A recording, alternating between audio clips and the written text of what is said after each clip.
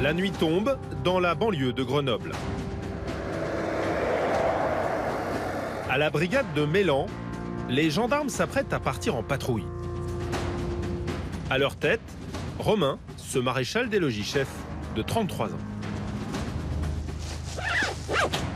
Après 9 ans de gendarmerie, il est plus que jamais d'attaque. Là, c'est les moments là, que j'affectionne, là où on se prépare. Et après, voilà, qu'est-ce qui va nous arriver, à quoi on va être confronté, est-ce qu'on va se faire peur un petit peu, est-ce que ça va être... voilà. Donc c'est vrai que c'est toujours intéressant. L'inconnu, en fait. L'agglomération grenobloise réserve souvent de mauvaises surprises. Au détour d'un simple contrôle routier, par exemple. À bord de cette voiture, 2 jeunes. Vas-y. Romain décide de les contrôler sans imaginer ce qui l'attend. Bonsoir. Présentez le permis de conduire, s'il vous plaît, la carte grise. C'est votre voiture, monsieur? Ouais. Là, c'est la bonne. Il y a du stup dans la voiture ou pas? Rien du tout, monsieur. C'est sûr? Je serais certain même. Mais pour Romain, le conducteur a quelque chose à cacher. Je sais pas. Peut-être du cannabis, sans compter un autre souci. Alors, vous n'avez pas le permis, monsieur? Hein? Vous avez pas de permis, monsieur? Ouais, c'est vrai, je comprends. C'est une suspension jusqu'en mars. Bah ouais. Vous allez venir avec nous, du coup? Bah ouais, monsieur. Vous conduisez, vous n'avez pas le droit de conduire. Conduire sans permis peut coûter cher, jusqu'à 1 an de prison et 15 000 € d'amende. Le problème, c'est que le jeune homme ne l'entend pas de cette oreille. Donnez-moi votre pièce d'identité, monsieur. J'en ai pas. Si, elle est là, regardez. J'en ai pas. Elle est là. J'en ai pas. Allez, vous venez avec nous? Très vite, il s'en prend aux gendarmes. On y va? Comme ça, plus vite, on y va, monsieur. Monsieur, Bah, on y va pas. monsieur, On y arrêtez. va pas. Arrêtez, monsieur. C'est soit Soit vous venez tranquillement, soit je vous emmène de force. Ah, emmenez-moi de force. 2 minutes, s'il vous plaît, 2 minutes. Laissez-moi. Emmenez-moi de force. Porte tes couilles jusqu'à la fin. Tiens, porte-moi de force. Le conducteur enchaîne les menaces et les provocations. Il n'y a pas de négociation, en gros. En gros, toi, t'as un gros œuf. Toi, t'as un gros œuf, t'as des grosses couilles. Mais là, si bien on va derrière, là, sans caméra, sans rien, mais là, je te pète la tête. Le jeune devient agressif et insulte ouvertement les gendarmes. Petite pute. C'est qui la petite pute? Toi. C'est moi la petite pute? Ouais. Allez, vas-y, allez. Écoute-moi Allez, bien. on y va. Écoute-moi bien. Moi, On y va. moi, je suis pas ton Je pote. m'en bats les couilles, ton mon pote, t'es pas mon pote. Toi, t'es Je trop... te pète la tête. La limite est dépassée.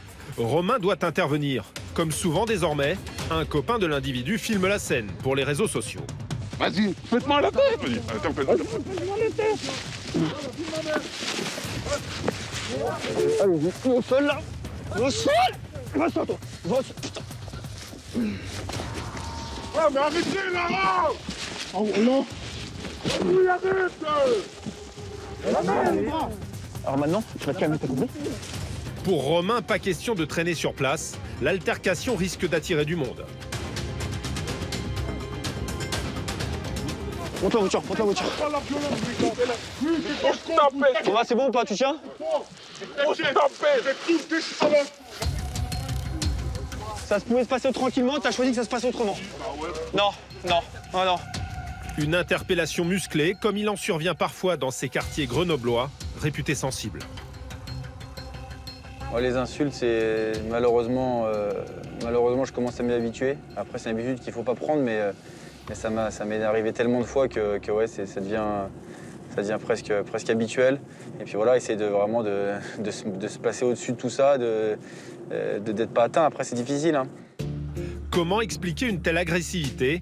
Le jeune homme a peut-être consommé des substances, à commencer par l'alcool. Dès que j'ai le taux d'alcool, je vous explique la suite. Ça marche? Ok? Sur la suite, je la connais. 0,68. Donc c'est un taux délictuel, d'accord? Le conducteur est quasiment 3 fois au-dessus de la limite. Un délit passible de 2 ans de prison. Il passera la nuit en dégrisement. Allez, venez avec moi là. Déjà connu de la justice, l'individu a été jugé quelques semaines plus tard. Il a été condamné à 4 mois de prison et 400 € d'amende pour outrage et rébellion. Des interventions houleuses, comme les gendarmes de l'Isère en ont l'habitude.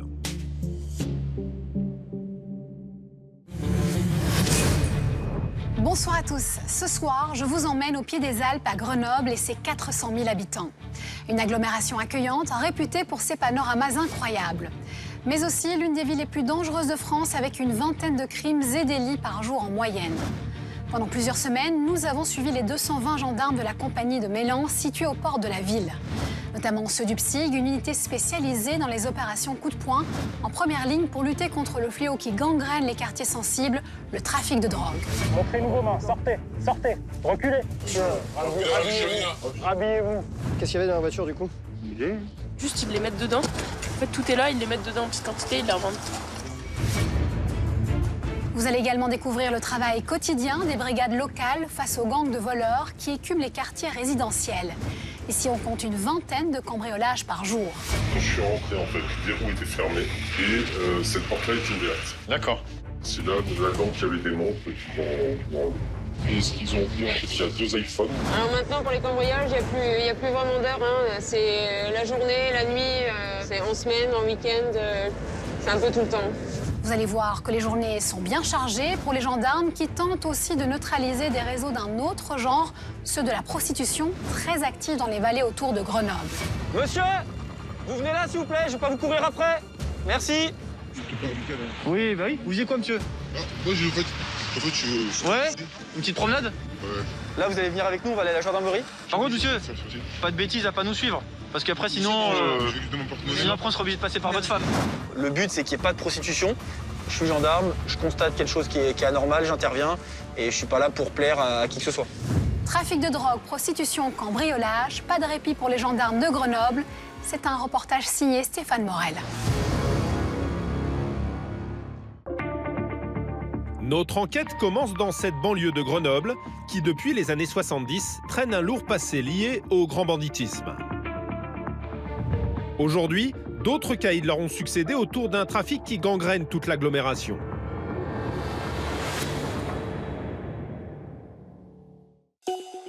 Il est 23h ce soir-là, au QG du PSIG de Mélan.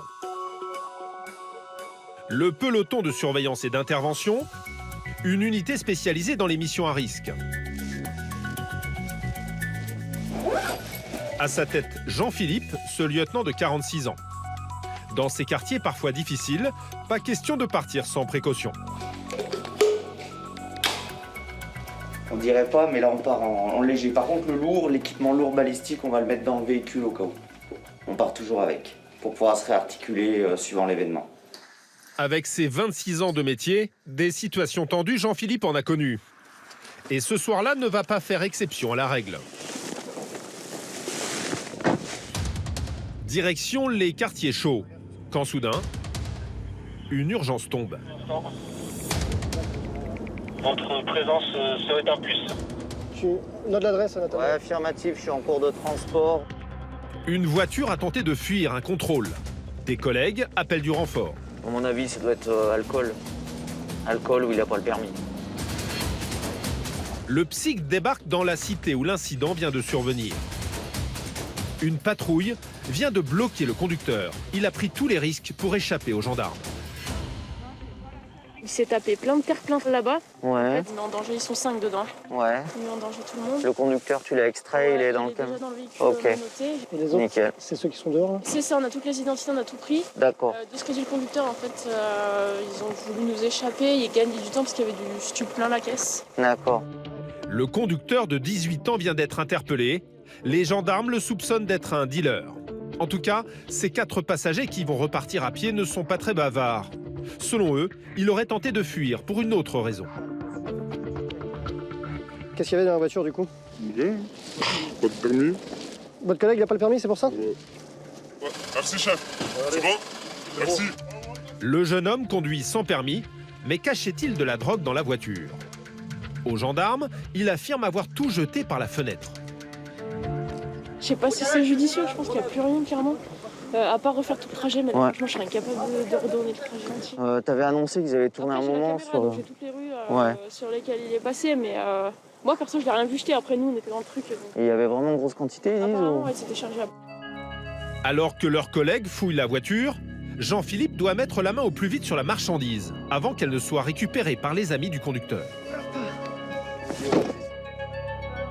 Mais le psy a beau scruter les alentours. C'est là où il l'a fait, elle dit qu'ils l'ont fait, elle l'a fait marner l'autre. Aucune trace de drogue. Ça se trouve, il raconte une histoire pour se faire mousser, mais ça se trouve, il n'y a rien de véridique dans tout ça. Donc on vérifie, on check, mais je ne suis pas convaincu d'en trouver grand-chose. Non. Des complices sont peut-être déjà passés par là. Depuis le temps, si les mecs n'ont pas ramassé tout ce qu'ils avaient balancé, c'est des teubés. Hein. Pourtant, de retour sur les lieux, surprise. Leurs collègues viennent de faire une trouvaille dans le coffre. Peut-être une partie de la marchandise dont les occupants n'ont pu se débarrasser. Vous n'avez pas tout jeté au final du coup? Hein? Vous n'avez pas tout jeté au final? Tiens, vous... 2 sacs remplis d'herbes et de résine de cannabis, avec l'attirail du parfait dealer. Juste ils les mettent dedans. En fait tout est là, ils les mettent dedans en petite quantité, ils les revendent. Au total, il y en a pour 2 kilos de cannabis. À la revente, le jeune homme aurait pu en tirer plus de 20 000 €. En attendant, il risque gros, jusqu'à 5 ans de prison et 75 000 € d'amende pour trafic de stupéfiants. C'est une très très belle saisie. C'est pas tous les jours de faire des saisies comme ça, d'une telle quantité. Et surtout, il y avait tout le matériel de conditionnement pour revendre au détail la marchandise. Et je pense que là, ils venaient de s'approvisionner et ils étaient bien chargés. Un coup de frein au trafic de drogue omniprésent dans la région. L'an dernier, les forces de l'ordre ont récupéré plus d'1,5 tonne de cannabis lors d'opérations dans l'Isère, parfois spectaculaires.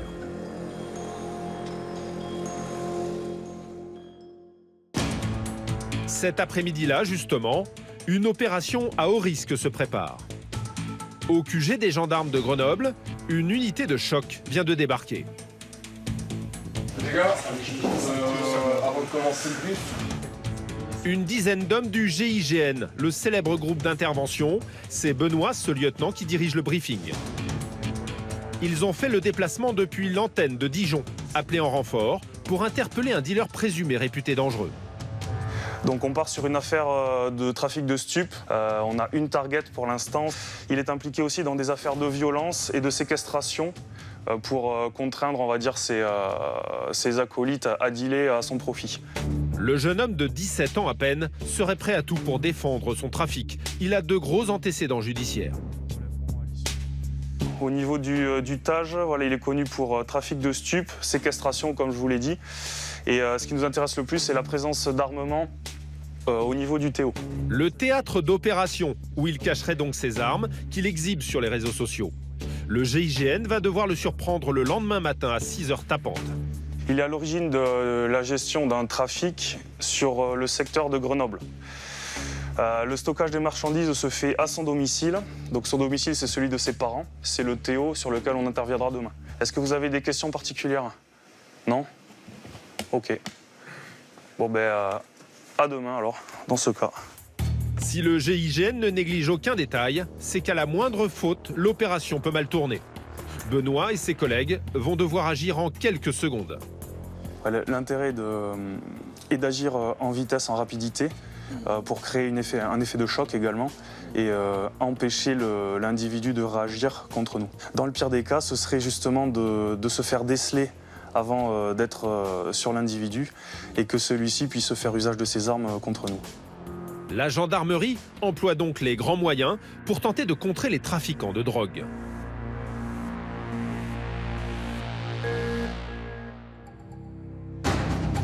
Le lendemain, il est 5h du matin au QG des gendarmes.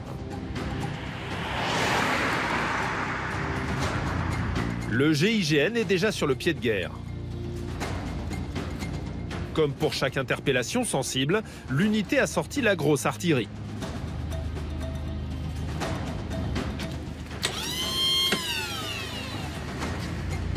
Vérin hydraulique pour enfoncer la porte, armes lourdes. La dizaine d'hommes mobilisés ne laisse rien au hasard pour neutraliser le dealer au petit matin. Parmi eux, Alan, ce commandant, le patron de l'unité. Donc là, pour nous, on va embarquer, on va se porter sur l'habitation de l'individu recherché. Donc l'idée, ça va être d'être discret, d'approcher au plus près sans être décelé, et en fait de bénéficier de la surprise pour le surprendre dans son sommeil. L'équipe embarque dans la cuve, comme on l'appelle, le camion banalisé qui permet d'approcher le domicile du trafiquant en toute discrétion.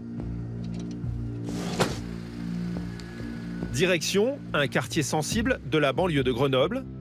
Très vite, le silence s'installe.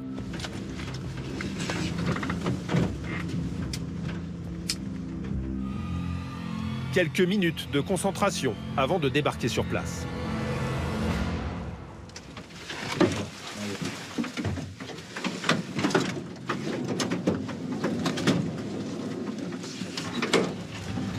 Arrivé au pied de l'immeuble du suspect, la colonne ne perd pas une seconde. Il est 6 heures, le GIGN entre en action et casse la porte.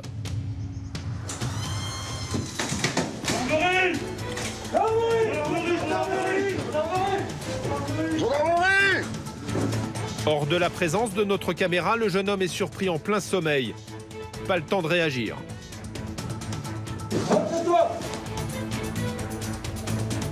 Ok, target. Jackpot. La priorité pour l'unité de choc, écarter tout danger. Il y a des armes ici. Il y a des pistolets là-bas, des pistolets là-bas. C'est où les pistolets? Surprise, le dealer présumé protégerait son business avec des répliques d'armes. 2 pistolets ici. Le GIGN tombe dessus dans sa chambre. Visiblement, le jeune délinquant se sentait menacé. T'as vu là? J'ai vu le pare-balles. 3 armes factices. Il y a une à blanc, une grenaille, je sais pas. Après, il y a 2 pistolets à billes et il y a beaucoup de liquide. Bon, il y a 2-3 000 euros, je pense. Probablement les recettes de son trafic supposé de cannabis, auquel Alan et ses hommes ont mis un sérieux coup d'arrêt ce matin. Et donc à l'intérieur, on a trouvé des choses, effectivement. Donc on venait chercher un trafiquant de stupéfiants, connu pour des violences. Et on a trouvé des choses, effectivement, qui s'apparentent et qui permettent de penser, voilà, que, en tout cas, ce que voulaient les enquêteurs est certainement obtenu. Et maintenant, c'est leur travail de faire travailler l'enquête et de permettre de le compromettre. Les enquêteurs ont donc retrouvé de l'argent, une balance de pesée et de quoi conditionner des stupéfiants. Le jeune va devoir s'expliquer sur ce trafic présumé, mais aussi une séquestration avec violence, pour laquelle il risque jusqu'à 5 ans de prison et 75 000 euros d'amende. Des missions sous tension, c'est aussi le quotidien des gendarmes de la brigade de Domaine, près de Grenoble. Alors, une fois par semaine, ils prennent le temps de souffler. C'est l'heure de la séance. Qui c'est qu'on a là? Au programme ce matin, séance de sport. Et vous venez pas? Si, attendez, hein? je fais les BS et les crocs. Ah bon, bah on en a 2, bah dépêchez-vous alors. Stéphane, ce major de 44 ans, motive les troupes. Comme ça, bah, ceux qui partent en repos, ils repartent en pleine santé. Et puis bah, pour ceux qui vont travailler, la même, quoi. Hein? C'est bon, vous êtes chaud là? Voilà 23 ans que Stéphane est gendarme. Pour lui, garder la forme reste une priorité dans le métier. On dit souvent que c'est le moral qui conditionne le physique, mais bon, ça c'est la règle numéro 1. Mais le physique conditionne le moral aussi, quoi. Donc faut être au top. Sur le terrain, on n'a pas le droit à l'erreur. Hein. Un peu d'exercice pour travailler le cardio et mettre les plus jeunes à l'épreuve. Là, ça commence à chauffer, ouais. La moitié de séance, là, c'est chaud. Un bon moyen aussi pour le major de renforcer la cohésion d'équipe. Vous avez vu un peu à la sortie d'école ce que ça donne? Hein? On voit les mecs qui sont en forme. Et ça permet de souder tout ça, ça fait du bien. Et l'esprit d'équipe, la brigade peut y faire appel à tout moment. Surtout quand la situation s'envenime sur le terrain.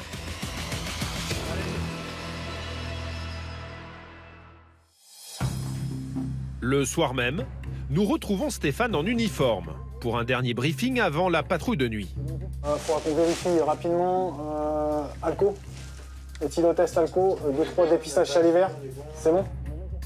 Avec ses jeunes collègues, Dorian et Sabrina, l'équipe attaque une soirée sur le terrain. On a dit radio plus taser, caméra piéton et moi flashball. Comme ça, au moins, on est tranquille. Ok?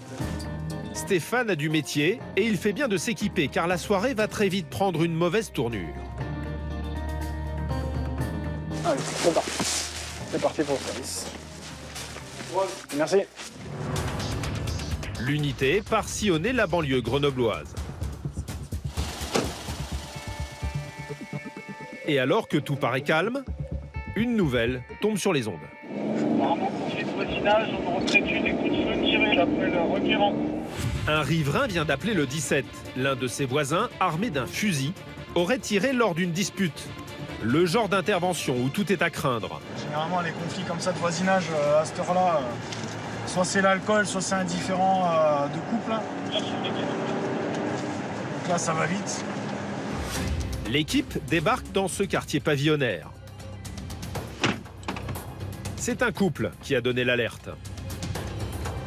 Bonsoir, c'est la gendarmerie.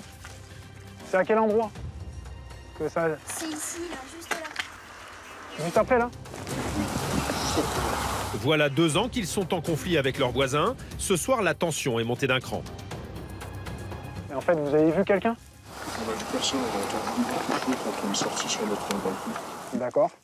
À l'origine de la querelle, une simple place de parking. En fait, on est en conflit avec les voisins qui sont D'accord. Qui sont et aujourd'hui, ils étaient auditionnés par le préfet. Et on pense que ça s'est très bien passé pour eux et on pense qu'ils essayaient de se venger. On a entendu des coups de feu juste sur l'allée qui est à gauche et qui monte dans leur maison là-haut. D'accord. Le problème, c'est que le voisin mécontent aurait sorti une arme. Une menace passible de 3 ans de prison et 45 000 € d'amende. Il est chasseur? J'en sais rien du tout. Je sais pas. Vous savez pas ce que c'est comme arme? Non. D'accord. Deux coups de feu, mais c'était pas des feux d'artifice. Tout ce que Stéphane redoute. Régulièrement, des accrochages font la une de la presse. Différends familiaux ou conflits de voisinage, des gendarmes sont pris pour cible avec parfois des drames. Comme il y a 2 ans, où 3 d'entre eux ont été abattus par un forcené. Stéphane doit absolument aller à la rencontre du voisin qui aurait tiré. Des collègues arrivent en renfort. On va quand même aller prendre contact, on va monter sur le chemin. Du coup, vous les casquez, vous passez... On passe devant. Vous passez devant les casquets? Ouais. D'accord. Très bien. La colonne progresse jusqu'à la maison du suspect. Une propriété plongée dans le noir. L'individu peut surgir à tout moment.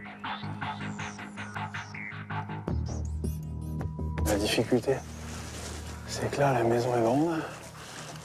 On pense que ça vient d'ici. Et pour l'instant, on n'a pas de renfort immédiatement sur roue, donc là, on est 5. On essaye de faire une prise de contact pour voir s'il y a vraiment quelqu'un. Stéphane tente de joindre le voisin sur son portable. Il n'y a pas de réponse au téléphone. Tapez au volet, pour vous annoncer. Il n'y a pas de porte d'entrée. Pourtant, de la lumière indique qu'il y a bien quelqu'un. Les gendarmes insistent. Monsieur, c'est la gendarmerie. Ouvrez. Ça bouge. Ça bouge. Le propriétaire finit par sortir. Montrez-nous vos mains, sortez, sortez. Décalez-vous encore d'un mètre. Mettez-vous vers la balustrade. Reculez. Ok, bougez pas. Il y a qui encore chez vous, monsieur? Il y a ma femme qui est ici, s'il vous plaît. Vous avez une arme sur vous? Non, rien du tout. Vous êtes chasseur? Non, pas du tout. Ok. Au moindre geste suspect, la situation peut déraper. En sécurité, un binôme qui va vous fouiller. D'accord, vous ne vous bougez pas. Et alors que les gendarmes s'apprêtent à fouiller le couple, l'individu a une réaction plutôt surprenante. Attendez, monsieur, on va vous fouiller. Bougez pas, bougez pas, bougez pas. Bougez pas. Bougez pas. Vous bougez pas, monsieur. Rhabillez-vous. Rhabillez-vous. Rhabillez-vous.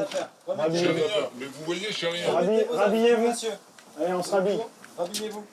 Vous rhabillez. Allez. La tension retombe. Stéphane tente de comprendre pourquoi la soirée a mal tourné. Qu'est-ce qui s'est passé, monsieur, ce soir? Hein? On nous a signalé des coups de feu. Bah, ça vient pas de chez nous, c'est pas forcément que ça vient de chez nous. Je sais pas du tout. Est-ce que vous êtes en conflit de voisinage avec vos voisins en dessous? Oui.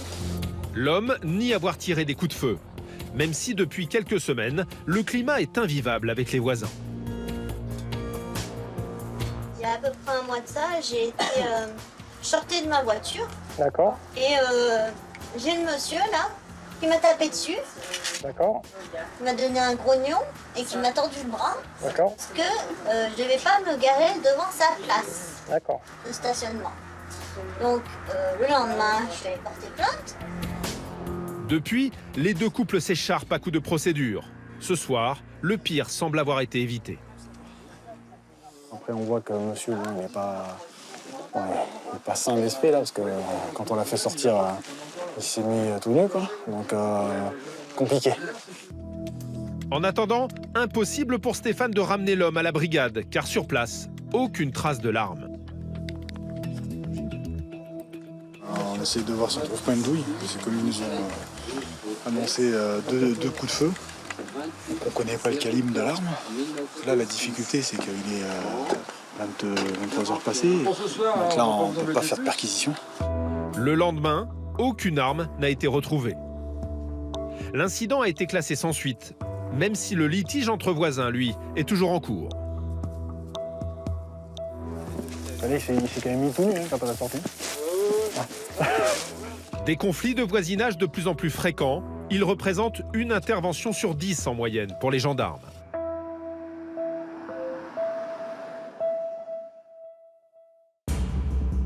Mais dans ces vallées, un autre fléau accapare les forces de l'ordre.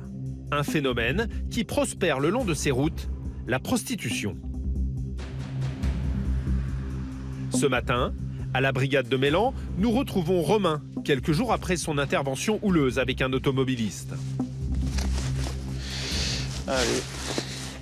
Comme toutes les semaines, il part sillonner les routes environnantes pour tenter d'enrayer cette délinquance de plus en plus visible. Dans la région de Grenoble, Romain le constate au fil des mois, les prostituées sont de plus en plus nombreuses à vendre leur charme. Ce sont des femmes quand même qui sont dans des situations assez compliquées, donc il faudrait s'assurer qu'elles ne soient pas victimes de violences ou qu'il n'y ait pas de difficulté. Donc on va toujours les voir, discuter avec elles 2 minutes et voir s'il n'y a pas de souci. Et puis éventuellement, si on tombe sur un client, faire la procédure de recours à la prostitution. Ici, on les croise un peu partout sur le bord des routes. Originaires des pays de l'Est, ces jeunes femmes enchaînent une dizaine de clients par jour, à 50 € la passe en moyenne. Un business qui profite à des réseaux mafieux régulièrement poursuivis par la justice. Depuis 2016, les prostituées ne sont plus inquiétées pour racolage passif. Seuls les clients sont sanctionnés jusqu'à 1 500 € d'amende. Faire fuir le client, en même temps, c'est le but. C'est clairement le but, puisque s'il n'y a plus de clients, ces jeunes femmes vont arrêter de venir. Donc voilà, il faut bien comprendre que payer une femme pour avoir des rapports sexuels avec elle, c'est complètement interdit. Donc on est là pour le rappeler au monsieur qui voudrait venir profiter. Peu importe la météo, dans ces bois, les filles se relaient jour et nuit.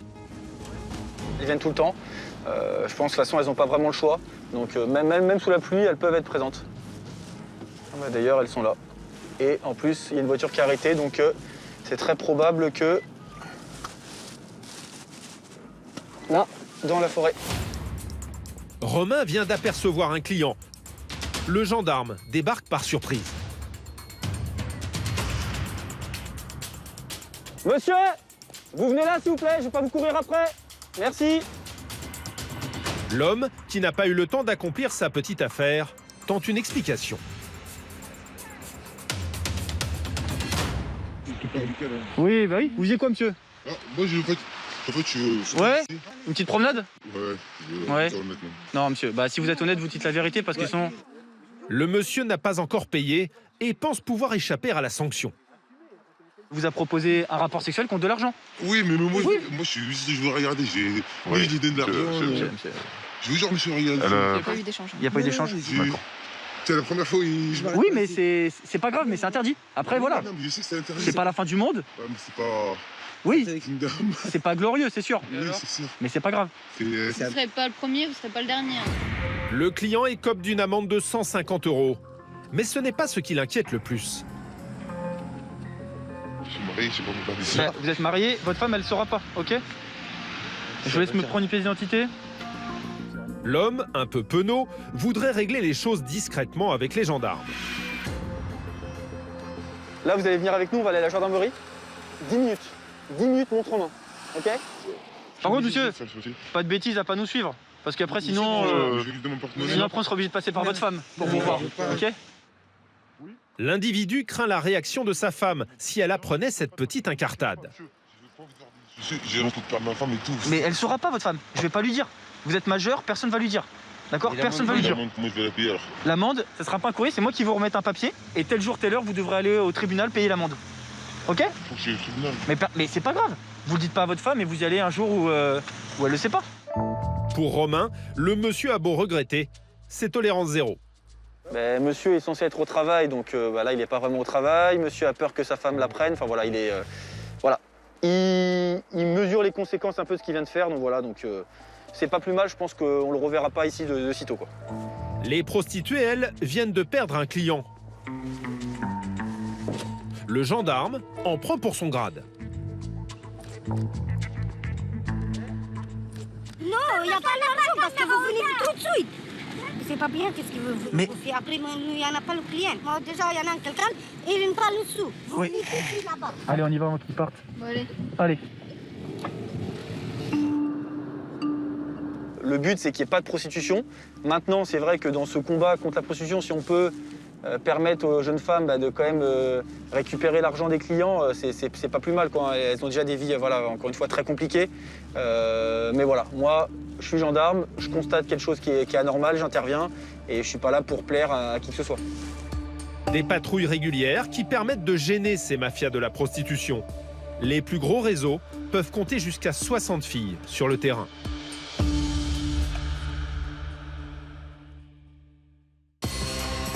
Mais pour les gendarmes de la région, le plus gros de l'activité est ailleurs. Beaucoup de plaintes concernent des vols, surtout dans certaines communes aisées qui suscitent la convoitise. Ce soir-là, à la brigade de Mélan, une autre équipe va en faire l'expérience. À la tête du service, Fanny, cette adjudante de 36 ans. Elle a 19 ans de métier, alors avec elle, ça file droit. Allez. Tu as tout ce qu'il faut, taser, GoPro, armement, bâton, Corentin, pareil. Ok, c'est tout bon. Et la soirée va très vite s'accélérer. À peine partie, une tentative de cambriolage est signalée.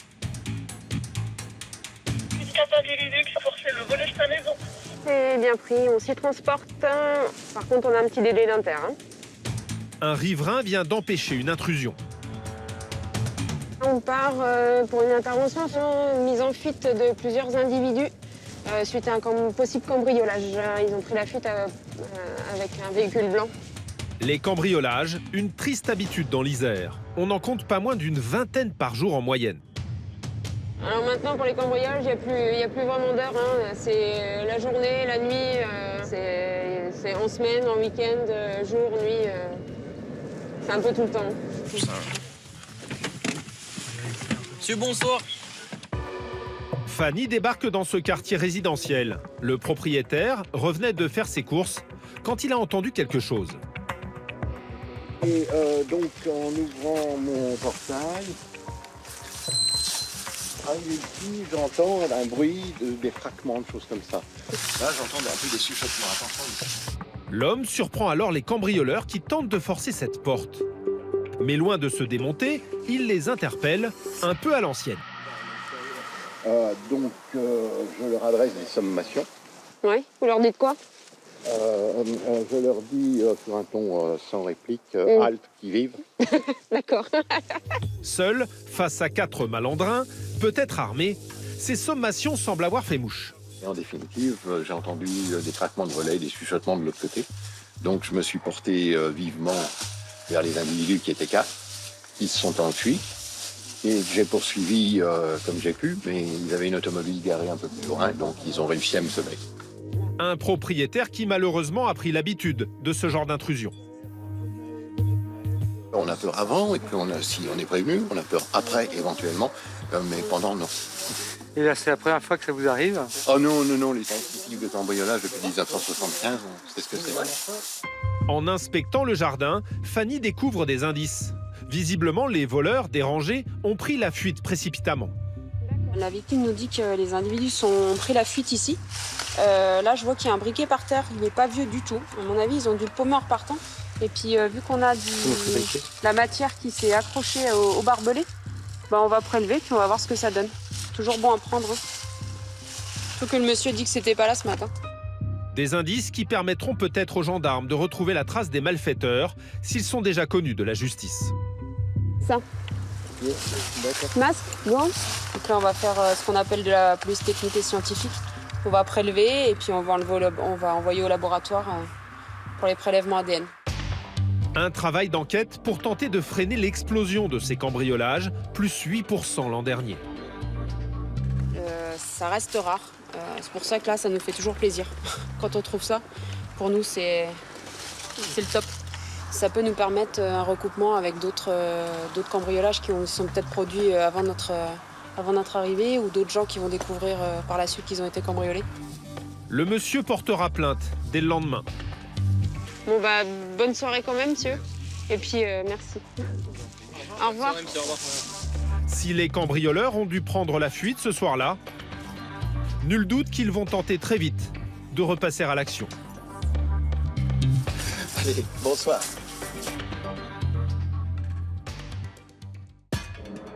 Quelques jours plus tard, de retour à la brigade de Domaine. Alexis, ce maréchal des logis chef de 29 ans, vient d'être appelé en urgence. Un nouveau cambriolage vient justement d'avoir lieu.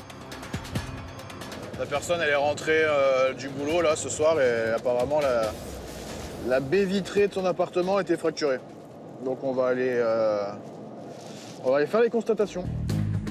Et vous allez le voir, quand les gangs de voleurs écument la région, en général, ils frappent en série.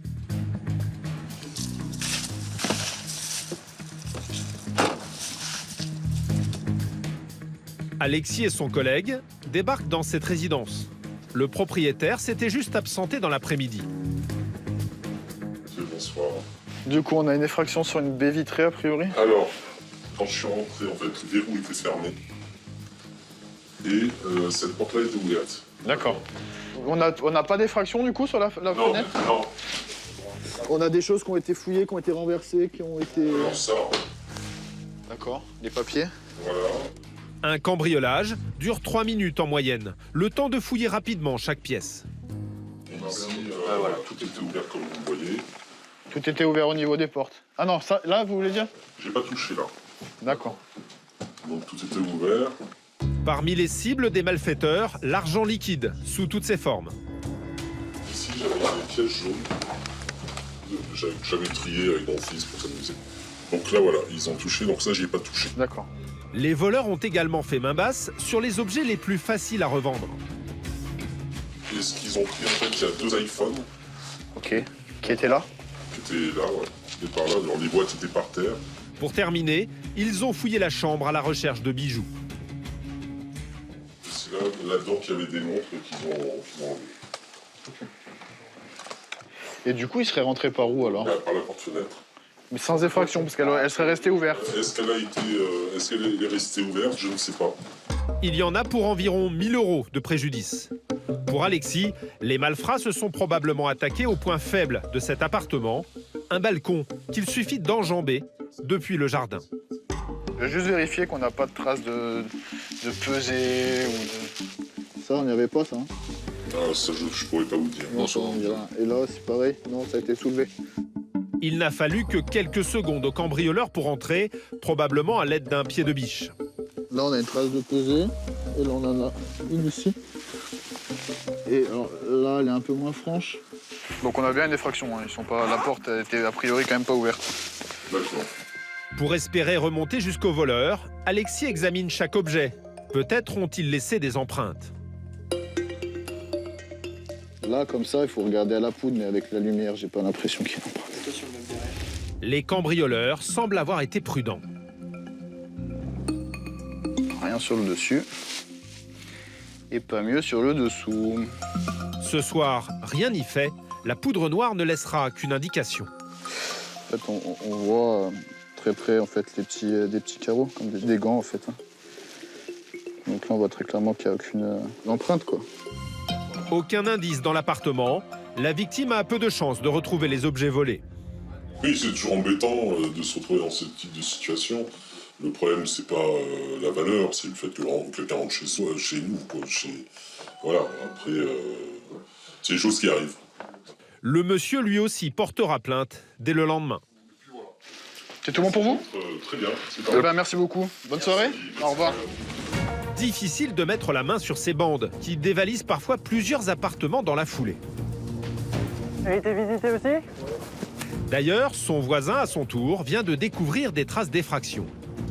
Il y a des objets qui ont été dérobés chez vous? Et non, pour le moment, je vois pas parce que mon fils est toujours là. Ici, les voleurs n'ont pas trouvé d'objet de valeur. Le jeune homme est quitte pour une belle frayeur.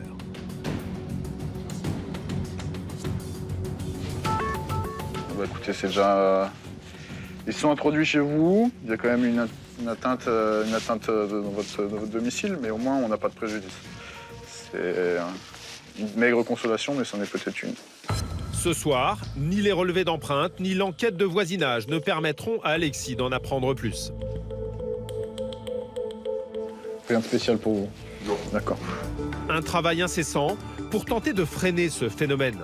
Selon la Cour des comptes, malgré les enquêtes, seul un cambriolage sur 10 est résolu en France.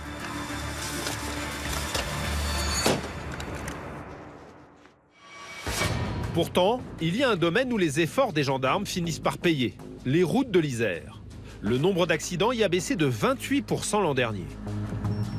Le résultat de contrôles incessants, comme ce matin-là, pour le peloton motorisé du Touvet.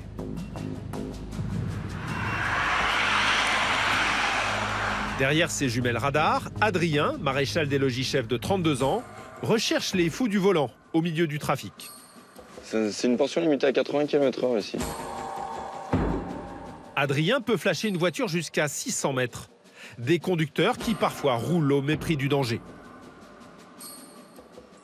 On a une particularité, c'est qu'on a une grosse ligne droite, en fait, et il y a pas mal de gens qui se permettent de doubler. Alors, des fois, ça double un peu rythmé, c'est pas trop grave. Des fois, ça double avec des vitesses un peu trop élevées. Or justement, un automobiliste se met à doubler toute la file, klaxonné par les voitures arrivant en face. Vas-y, va, c'est la ligne blanche. Le chauffard fonce dans la circulation. C'est le conducteur de cette camionnette qui double toutes les voitures. On a un chauffeur-livreur qui a doublé en plein virage sur une ligne blanche et qui a doublé une masse de véhicules tout d'un coup, quoi. Donc on va aller chercher puis on va voir ce qui se passe.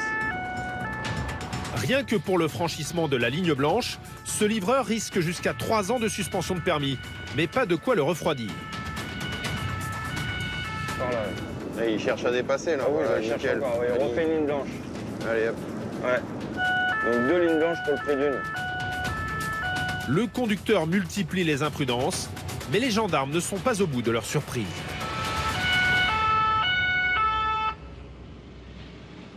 Bonjour monsieur, vous nous suivez s'il vous plaît? Pour Adrien, pas de cadeau. L'homme aurait pu provoquer un grave accident. Il double carrément sans aucune visibilité sur une route qui est limitée à 80. Si ça arrive en face, ça tape.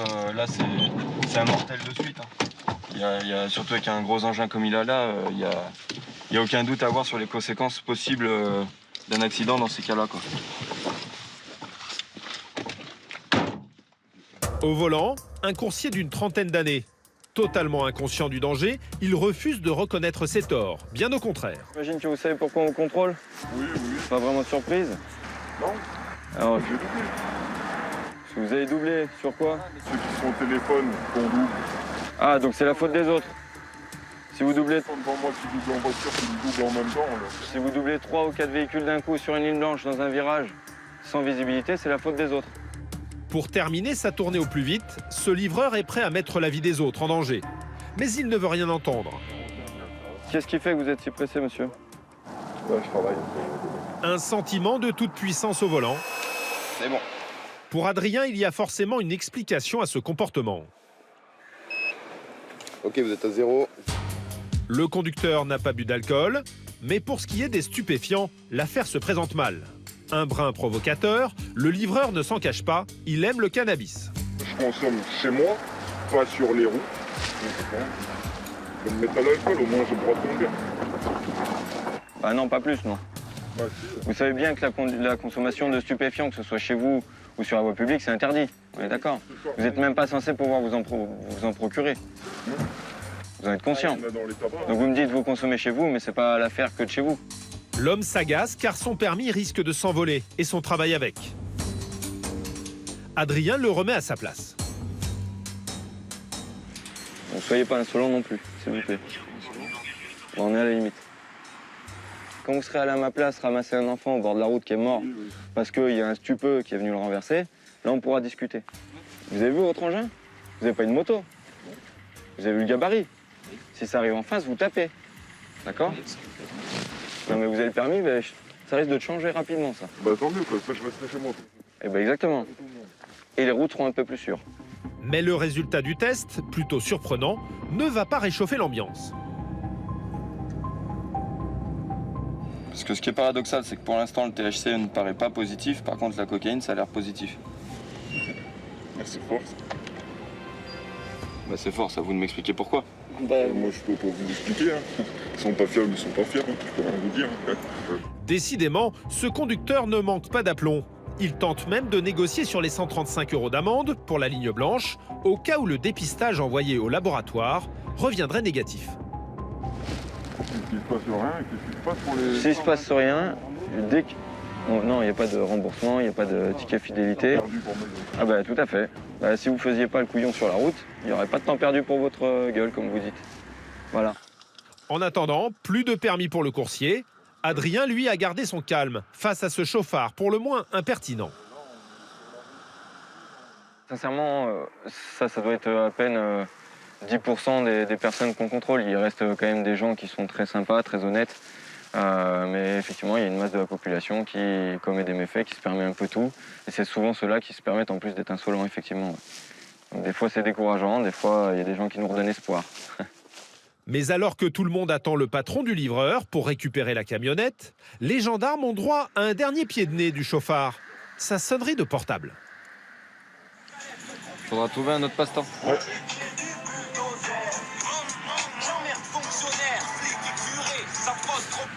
Ouais. Nickel.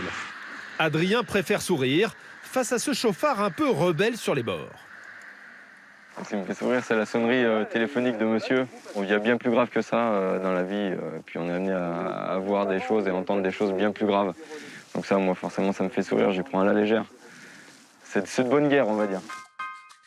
Le résultat de la contre-expertise révélera que le chauffard était bien positif au cannabis, mais pas à la cocaïne. Les stupéfiants, l'une des principales causes d'accidents au volant, même si le fléau numéro 1 reste l'alcool.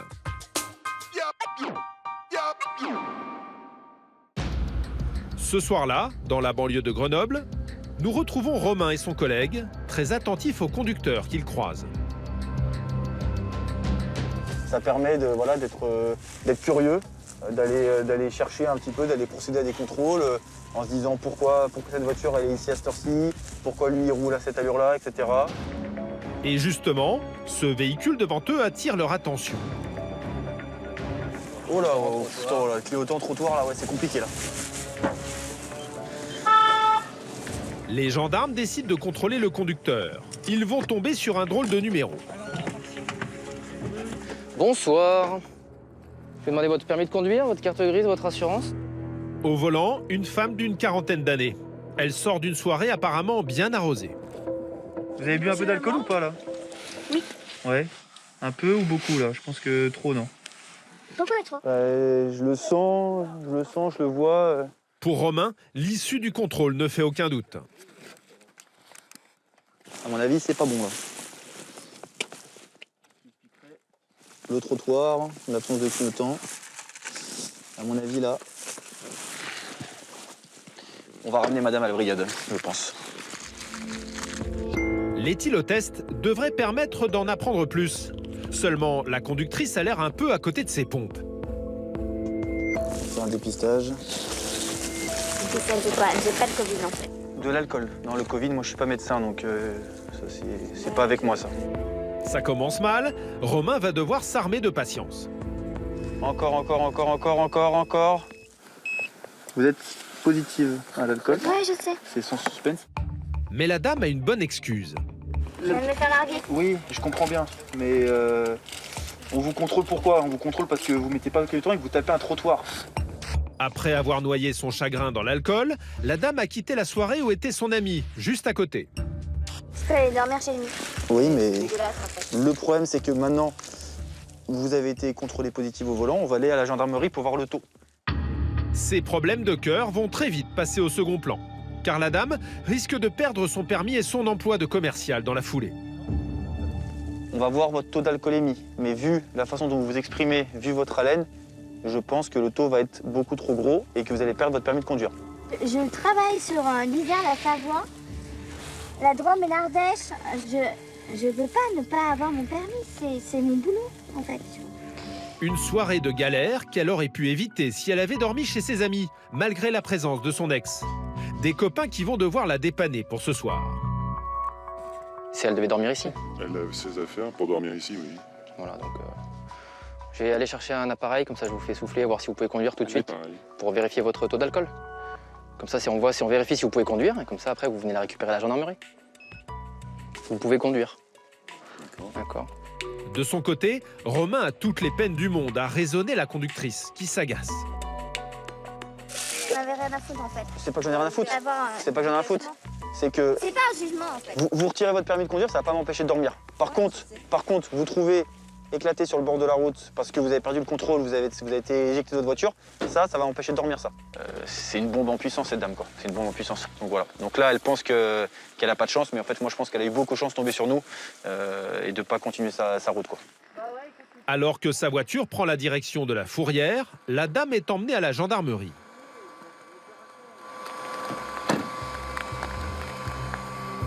Romain va découvrir quelle quantité d'alcool la met dans cet état. Si vous dépassez le 0,39, là c'est un délit, d'accord? Donc c'est là qu'à ce moment-là le permis, vous le perdez, etc. D'accord? Et vous soufflez. Encore. Soufflez. 0,88, le résultat est sans appel. La conductrice est 3 fois au-dessus de la limite, la sanction est immédiate. Il y a une suspension qui va être prise par la préfecture de Grenoble. De 3 à 6 mois, d'accord? La dame, qui encourt également une grosse amende et jusqu'à 2 ans de prison si elle est en récidive. Maigre consolation pour elle, ce soir elle ne dormira pas en cellule de dégrisement, mais chez ses amis, venus la chercher. Madame, bonne soirée malgré tout, et puis on vous recontacte. C'est un peu ironique en fait. Non, pas du tout, il n'y a pas d'ironie, c'est vraiment bonne soirée malgré tout, ouais. Au revoir, monsieur. Au revoir, madame. L'alcool reste la première cause de mortalité sur les routes du département. Parmi toutes les missions des gendarmes grenoblois, certaines sortent de l'ordinaire, comme ce jour-là, à la brigade de domaine. L'équipe de Stéphane le Major est sur le départ. Ok? C'est tout bon. Allez, bonne patrouille. Bon après-midi. Allez, bon après-midi, bonne patrouille. Merci beaucoup. Dorian, 23 ans mais déjà 5 ans de gendarmerie, est dépêché sur une urgence avec Sabrina, sa collègue. Un promeneur vient d'appeler le 17 après avoir été attaqué. Là, on a été appelé pour un promeneur qui s'est fait mordre par un chien de type malinois. Donc des premières informations qu'on a, le chien est toujours sur place, il n'a pas été maîtrisé. Un chien de garde sème la terreur dans le voisinage et pourrait faire d'autres victimes. En arrivant, que le chien vienne pas nous fait une patte, ça pourrait poser problème. L'équipe débarque dans un village où Dorian cherche à localiser l'animal.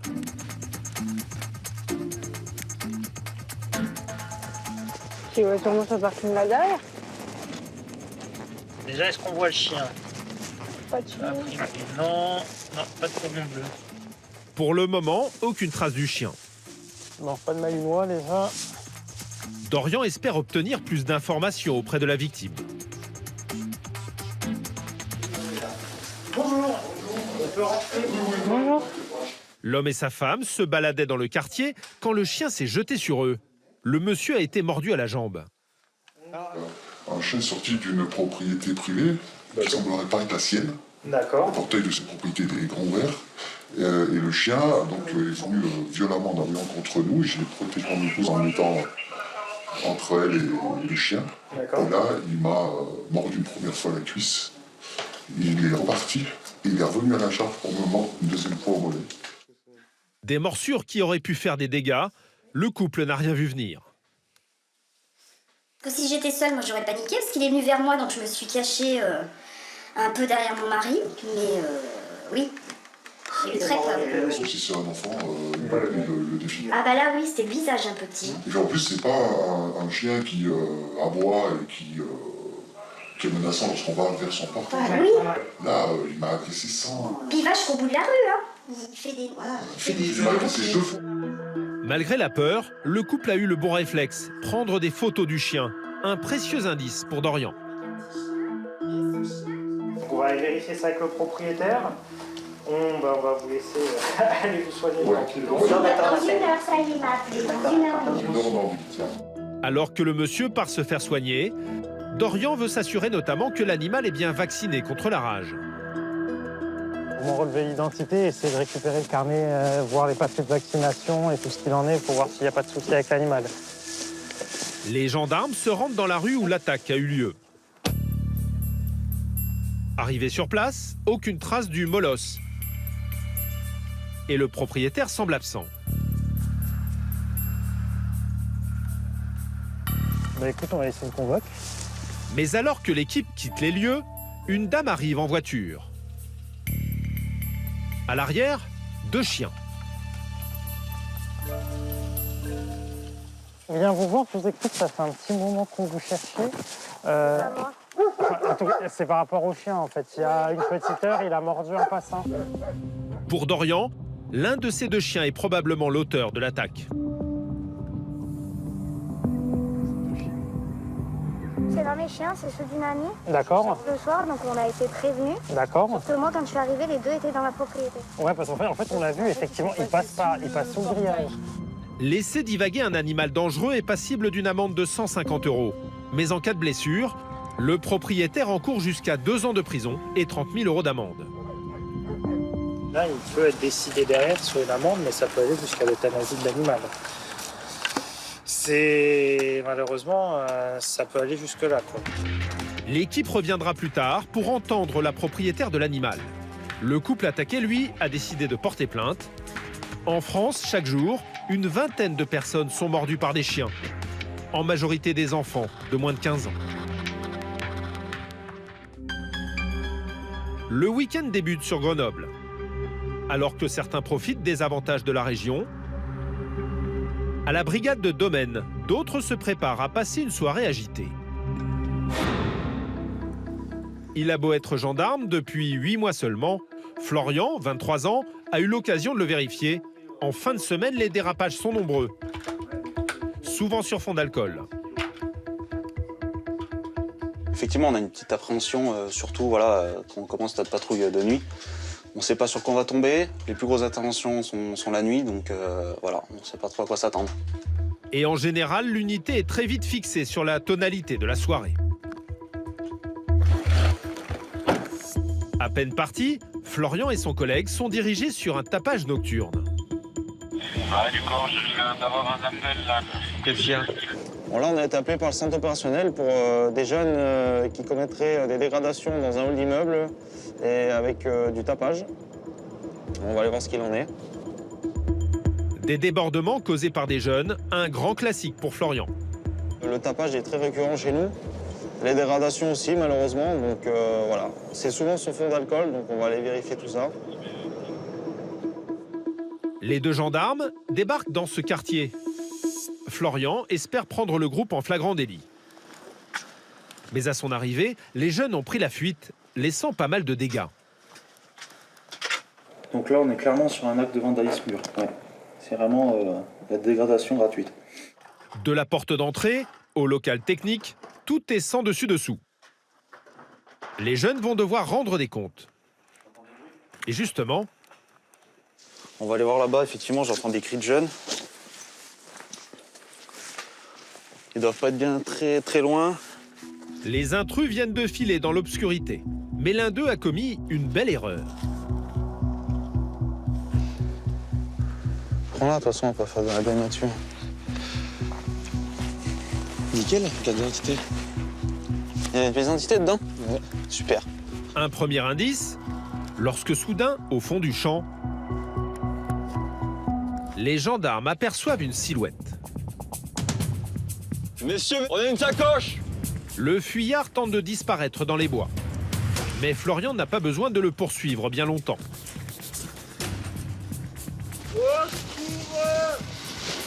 Vous êtes où, monsieur? Vous êtes où? Là. Bougez pas, on arrive. Restez là où vous êtes. Surprise, les gendarmes tombent alors sur un ado débraillé et totalement hagard. Faites quoi, mon petit Toulouse? Les gens m'ont laissé. Qui ça? Vous avez laissé, monsieur? Je sais pas. Vos amis? Ouais. Vous étiez où, là? Le jeune homme s'est fait distancer par ses copains. Il faut dire qu'il a visiblement forcé sur la bouteille. C'est vous qui avez cassé le vitre? Je me suis retrouvé dans le champ. Vous vous levez ou pas, là? Bonsoir, monsieur. Allez, suivez-nous par là-bas. Monsieur, monsieur. Ivre mort, l'adolescent tient à peine debout. Vous avez plus quoi, monsieur, là? Pour être comme ça? Ah, mais combien? Pas une Ouais.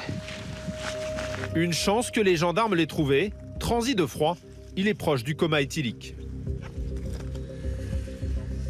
Monsieur, vous avez besoin des pompiers? Vous vous sentez comment, là? Vous avez besoin de vomir ou pas?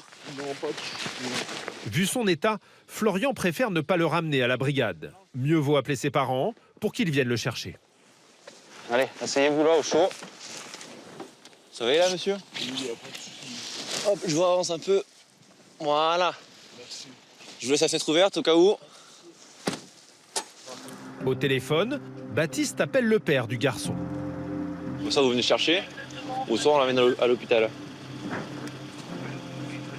Bah, il est dans un état d'ébriété plus avancé. Hein. Florian va pouvoir faire les premières constatations pour identifier les auteurs du vandalisme. Bon, là, du coup, tu le surveilles. Ok, pas de soucis. Moi, j'allais faire les constatations au niveau de la vitre. Et puis, prends régulièrement de nouvelles de lui, histoire qu'il ne s'endort pas et qu'il... je tiens la conversation. Je lui parle. Allez, parfait. Dans le hall, Florian espère trouver des preuves qui pourraient confondre l'ado et sa bande.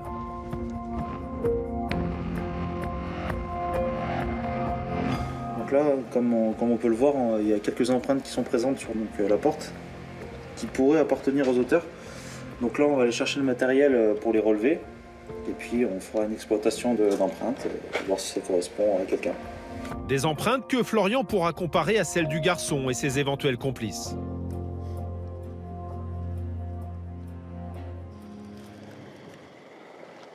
Bon alors, comment va le jeune? Écoute, là, il a vomi.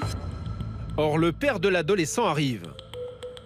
Et il ne va pas faire preuve de clémence envers son fils. Surveille-le toute la nuit parce qu'il vomit. Ah, il vomit? Ouais. Donc, non, mais qu'est-ce que c'est, ça? C'est pas... Bon, d'accord, je peux aller... Ouais, c'est bon, on peut aller le voir. Le jeune homme va se prendre une soufflante. Allez, vas-y, bouge. Bouge, quoi? Bouge, dans la voiture, là. Monte dans la voiture, je te ramène. T'as vu comme c'est, là? C'est quoi? Ils sont où, tes copains? Ils sont où? T'as pas honte? Hein, dire, je suis dans la mer, je suis dans la rue, tu me fais des quoi, regarde. T'as moitié nu dans le machin, tu serais mort, mon petit. Allez, vas-y, bouge pas. Le père qui se serait bien passé du dérapage de son fils, apparemment influençable. Là, t'as la chance que les gendarmes t'ont donné une grande gifle dans la tête. Voir ton état, tu tiendras même pas de bol. J'irai pas lui dire, mais ses copains, ils le laissent, et lui, voilà, toujours lui. Bon. Ouais, merci beaucoup. Ouais, merci beaucoup. Et... Bonne soirée quand même. À vous aussi.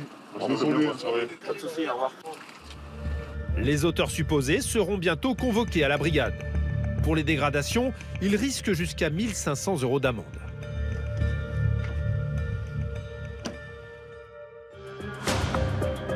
Parmi toutes ces affaires du quotidien, certaines sont prioritaires, les violences familiales. Cet après-midi-là, justement, nous retrouvons Romain qui vient de recevoir un appel préoccupant. Avec sa collègue Célia, ils partent sur une urgence. Une jeune fille apeurée a appelé la brigade. Elle se serait enfuie de chez elle après avoir été frappée par son père. Apparemment, elle a eu beaucoup de mal à donner son nom, son prénom, etc.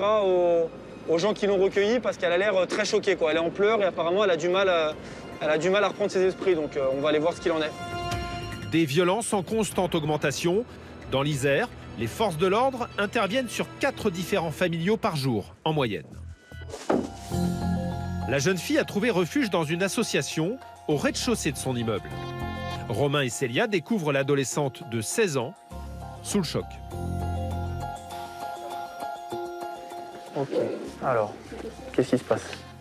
J'étais chez moi il y a quelques minutes et en gros j'ai demandé quelque chose à mon père, il a vraiment déplu et il a pris une famille, il voulait me jeter dessus, puis ensuite il m'a attrapé le bras et je suis partie en courant parce que j'ai eu peur. L'adolescente a fui tellement vite qu'elle en a oublié ses chaussures. Je suis descendue des escaliers, je suis tombée ici. Il vous a attrapé le bras par où? Juste par là, ici. Ok, vous avez des marques? Vous avez mal? Non, du tout, il m'a pris. On peut regarder s'il vous plaît? Pas de blessure apparente, mais l'adolescente semble traumatisée. Comment c'est que vous avez peur comme ça? Il y a d'autres choses là. Parce qu'on n'a pas peur de son papa comme ça s'il n'y a rien d'autre, quoi. Non? Mais mon père, il crie fort, il est imposant, c'est ça qui m'a fait peur. J'ai déjà pris des gifles, mais c'est tout, rien de... Et c'est souvent ou pas les gifles? Non, enfin, ça va. C'était justifié pour vous, c'est quand vous avez fait une bêtise. Il n'y a jamais eu de violence gratuite. Non. Comme souvent, tout a dérapé suite à une banale dispute. En gros, mon père, il a des soucis d'argent, il m'a encore volé de l'argent ce matin parce qu'il devait faire les courses. Ouais. Et je l'ai découvert tout à l'heure et j'ai eu le malheur de me dire, dans tous les cas, tu vois, ce permis, tu l'as acheté avec mes sous, genre, est-ce que je veux, si je veux le jeter, je lui ai fait une menace comme ça. Incident isolé ou maltraitance régulière, Romain et Célia veulent s'assurer que la jeune fille n'est pas en danger si elle retourne chez elle. Ils décident d'interroger le père pour recueillir sa version des faits. Bonjour monsieur, la gendarmerie. Vous avez un souci avec votre fille ou pas? Oh, ouais. Le père de famille reconnaît l'altercation, mais ce serait lui la victime, visiblement dépassé par le comportement de sa fille. Elle a reçu des sous de ma soeur pour son anniversaire. Donc elle m'a demandé que je lui prenne 100 € pour ses besoins personnels. Et j'ai retiré 10 € pour faire quelques courses alimentaires ce matin. Ouais. Et puis après, elle m'a traité d'enculé, voleur, escroc, elle voulait jeter le permis par la fenêtre. Bon. Et moi, j'ai tendance à être un peu impulsif. J'ai fait beaucoup de casse-toi. Une version qui tranche avec le désarroi de la jeune fille. Romain pense que le père ne dit pas tout. Quand on voit votre fille, on se dit mais c'est pas possible, il la bat ou quoi? Parce que vraiment elle est apeurée quoi. Vous lui mettez des claques ou pas des fois? Elle a dit qu'elle prenait des claques des fois. Elle a dit qu'elle prenait des claques des fois quand vraiment elle était pas sage et qu'elle écoutait pas. J'ai déjà pas tapé un adulte, alors une gamine, non. A priori, l'adolescente n'aurait pas subi de violence, mais Romain préfère mettre en garde le père de famille. Je pense qu'on va rester là. Voilà, votre fille elle va revenir ici, elle dit qu'il n'y a pas eu de violence aujourd'hui. Vous vous dites pareil, je pense qu'on va la jouer comme ça. Par contre, voilà, essayez de vous calmer et privilégier la discussion plutôt que des accès de colère qui vont rien apporter. Des affaires jamais simples à traiter pour les gendarmes, qui ne doivent rien laisser au hasard. Parce qu'on est sur des violences, il y a un danger pour la jeune fille. Dans ce cas-là, tout de suite, bien sûr, il n'y a pas à se poser de questions. Il faut interpeller le papa, il faut le passer en garde à vue, puis il faut faire une enquête complète. Ou alors est-ce qu'en fait, non, le papa, il n'a pas l'air d'être violent comme ça, mais encore une fois, il faut se méfier. Donc là, je pense qu'il faut qu'on refasse bien le point avec la jeune fille et qu'on soit sûr qu'il n'y ait pas de violence qui ait été commise. Le climat s'est apaisé. Pour Romain et Célia, la jeune fille peut regagner son domicile. Si tu nous rappelles plus tard pour nous dire si en fait il m'avait fait ça, on te croira, d'accord? Ok? Donc t'hésites pas. Elle est grande, votre fille, donc les discussions d'adultes sans lever le ton, elle pourra largement tenir et voilà. Compte sur vous? Voilà. Des gendarmes très attentifs à ce genre d'affaires. En France, chaque jour en moyenne, plus de 130 enfants et adolescents sont victimes de maltraitance. Des violences familiales en hausse l'an dernier, malgré le travail des forces de l'ordre dans ce département de l'Isère.